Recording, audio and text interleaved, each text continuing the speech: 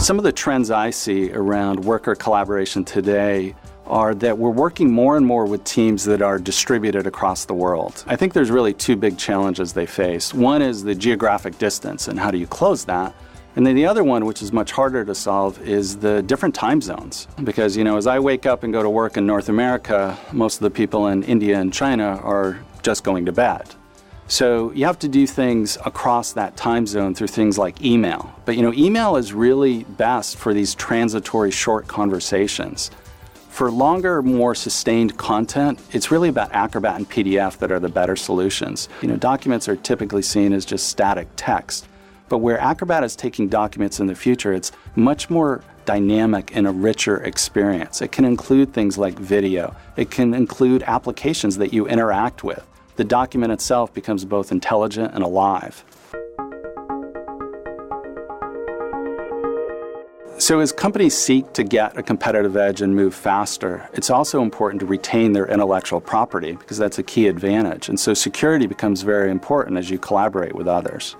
And Acrobat and PDF really have a lot to offer there. Not only just passwords and encryption, but more importantly, the inherent nature of PDF that allows you to collaborate with others without sending the original content. This is really important for things like a 3D CAD design, where if you were to send that, you could collaborate, but you'd also be sending your intellectual property away.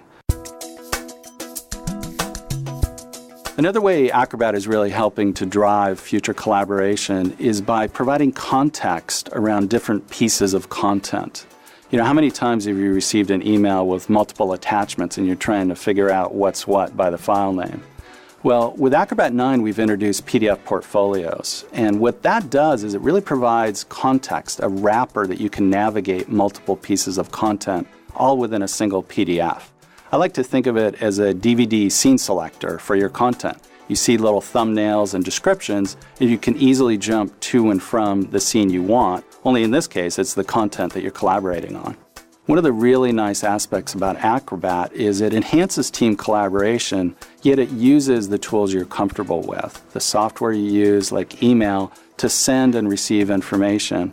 With Acrobat, it's just enhancing those tools to get better team collaboration done in a more timely and effective manner.